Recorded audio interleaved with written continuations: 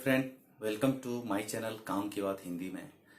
और आज मैं आप लोगों से बात करूंगा इंटीरियर डिजाइनर के बारे में।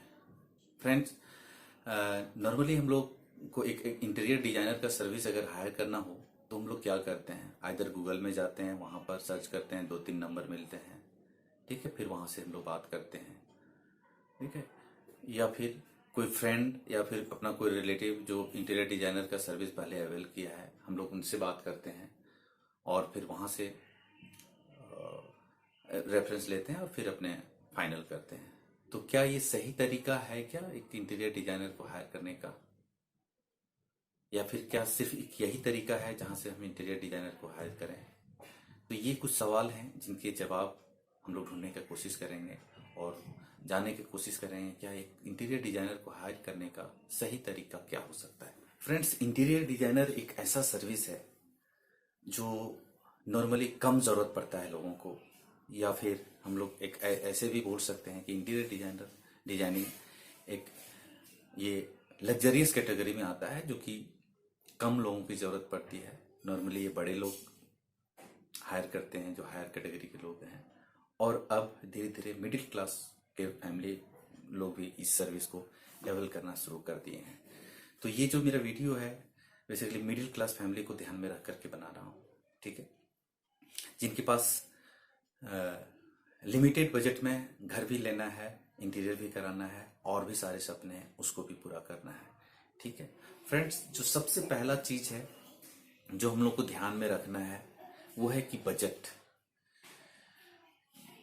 आप अभी अभी एक नया घर खरीदे हैं, ठीक है, उसमें एक लमसम अमाउंट आपका गया हुआ है, उसके बाद आपका ईएमआई है, बाकी सारी चीजें खर्चे हैं जो कि आप अवॉइड नहीं कर सकते हैं। ऐसे में आपको नेक्स्ट 6 मंथ में या फिर 1 ईयर या फिर जब आप प्लान कर रहे हैं उसमें एक लमसम अमाउंट खर्चा करना है इंटीरियर के लिए, ठीक है। तो ये बहुत जरूरी हो जाता है कि आप उसके लिए बजट प्लान कर लें, ठीक है। आप जहां तक खर्चे की बात है तो एक नॉर्मल अगर 2 BHK है तो उसको एक नॉर्मल इंटीरियर करने के लिए आपको मिनिमम 5 to 7 लाख का एक बजट लेके चलना होगा, ठीक है। उसी तरह से अगर 3 BHK का आपका घर का इंटीरियर प्लानिंग करने का प्लानिंग है तो वहां पर 10 to 15 लाख आप मिनिमम एक बजट लेके चल सकते हैं कि ये आपका खर्चा होने वाला है, ठीक है। अब बजट आपका वंस फाइनल हो गया, अब दूसरा चीज जो आता है वो है आपका कि आप 2-4 इंटीरियर डिजाइनर कंपनी से बात करें। उसके लिए क्या करेंगे, आइदर आप गूगल में जाइए, वहां सर्च कीजिए, ठीक है, या फिर बहुत सारे वेबसाइट हैं जहां पर आपके जो आपको इंटीरियर डिजाइनर का कांटेक्ट शेयर कर देंगे। जैसे servicesutra.com करके एक वेबसाइट है, वहां पर आप जा करके भी ये अपना रिक्वायरमेंट डाल सकते हैं और वो फिर आपको कांटेक्ट शेयर करेंगे। ऐसे और भी बहुत सारे वेबसाइट हैं जहां पर आप ये चीज कर सकते हैं, ठीक है। अब जब आप कोई भी इंटीरियर डिजाइनर से बात करें तो वो अपना रिक्वायरमेंट बताइए, ठीक है। वो 2-3-4 क्वेश्चन आपसे करेंगे, लाइक आपका बजट क्या है, सबसे पहला क्वेश्चन आएगा, ठीक है। तो उसका प्रिपरेशन आप पहले ले चुके हैं। उसके बाद कारपेट एरिया क्या है, कब प्रोजेक्ट स्टार्ट करना है, तो ये सारे चीजों को डिस्कस करने के बाद आप नेक्स्ट कीजिए कि उनसे एक साइट सर्वे का एक अपॉइंटमेंट फिक्स कर लीजिए, ठीक है। अब साइट सर्वे का जब अपॉइंटमेंट फिक्स करेंगे तो आप उनके साथ जाइए साथ में।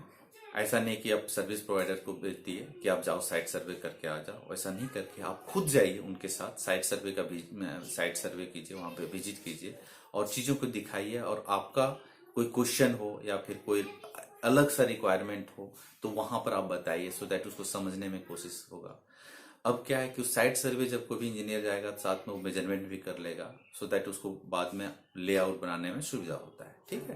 तो ये सारी चीज हो जाने के बाद आप उनके साथ एक मीटिंग कीजिए और कोशिश रखिए कि मीटिंग आपका विथ फैमिली हो, ठीक है। आप फैमिली के साथ मीटिंग कीजिए, क्योंकि जब कोई सर्विस प्रोवाइडर जब कोई इंटीरियर डिजाइनर आपके साथ, आपके फैमिली के साथ जब वो बैठ के इन सारी चीजों को डिस्कस करता है, ठीक है, तो उसको बहुत कुछ समझ में आता है आपका पसंद के बारे में, आपके फैमिली वाले के पसंद पसंद का। क्योंकि जब ये काम स्टार्ट होगा, जब कोई चीज फाइनल शेप लेगा, उसमें सबका अप्रूवल बहुत जरूरी हो जाता है, ठीक है। अगर वाइफ हस्बैंड है तो अगर कोई चीज में आपको ये अच्छा लग रहा है तो वाइफ का कुछ और ही पसंद है।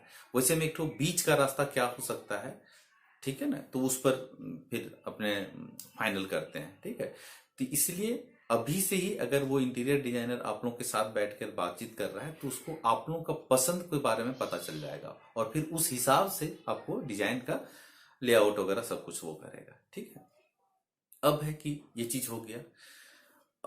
ऐसे ही आप एक से किए सेम चीज आप रिपीट कीजिए, 2 या 3 जिन लोगों को जिसको आपको लग रहा है कि वो इंटीरियर डिजाइनर आपका रिक्वायरमेंट के हिसाब से सही है। उसके बाद बोलिए कि आप मुझे एक डिटेल कोटेशन दे दो।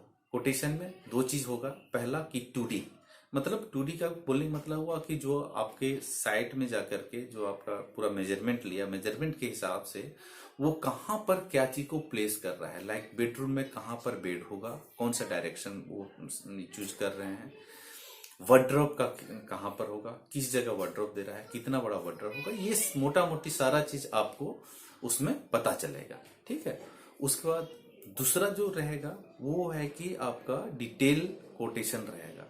कोटेशन में बेसिकली कि जो मटेरियल्स वहां पर यूज करने वाला है, लाइक प्लाईवुड का यूज होगा तो कौन सा कंपनी का प्लाईवुड रहेगा। ठीक है, उसके बाद फिटिंग्स, कौन से कंपनी का फिटिंग्स रहेगा।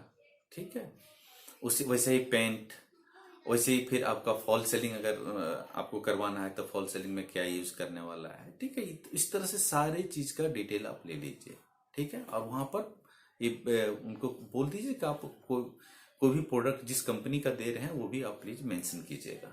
ठीक है, अब ऐसे तीनों कोटेशन, चारों कोटेशन आपके पास आ गया। अब उस कोटेशन को लेकर के आप एनालाइज कीजिए, देखिए और समझिए कि कौन सा सर्विस प्रोवाइडर आपको बेस्ट प्रोडक्ट ऑफर कर रहा है। एक यहां से आपको आइडिया मिलेगा। ठीक है, जरूरत पड़े तो आप खुद भी जो भी प्रोडक्ट वो ऑफर कर रहा है उसके बारे में आप बाजार से पता कर सकते हैं कि कौन सा सही प्रोडक्ट है, कौन सा ज्यादा अच्छा प्रोडक्ट है जो, और कौन सा उससे कम है।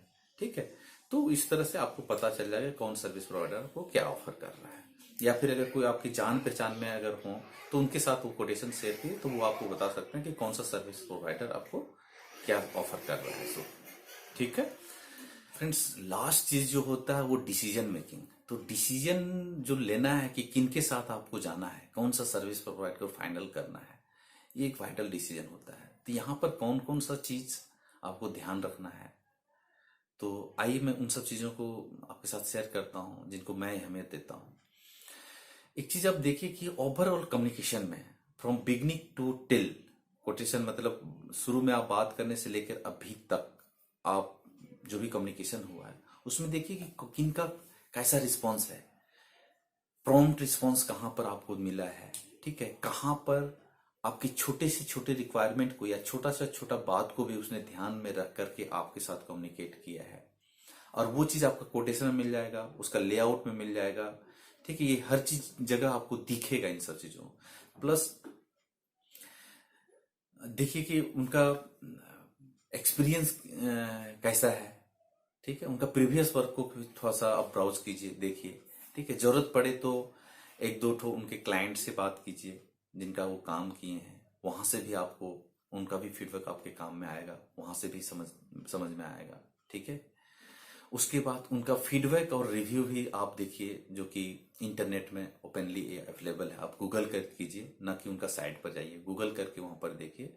एक नॉर्मल अच्छे सर्विस प्रोवाइडर या फिर जो अगर 2 4 5 साल से भी इंडस्ट्री में है तो उनका फीडबैक अवेलेबल है गूगल में। ठीक है, तो वहां भी मिल जाएगा, और वो जो अवेलेबल है उसमें एटलीस्ट आप 50% तक आप बिलीव कर सकते हैं कि जेन्युइन होगा। ठीक है, जेन्युइन रहता है फीडबैक। ठीक है, तो वो सब चीज, और सबसे मेन चीज जो है वो आप देखिए कि ओवरऑल वेवलेंथ आपका कहाँ मैच कर रहा है।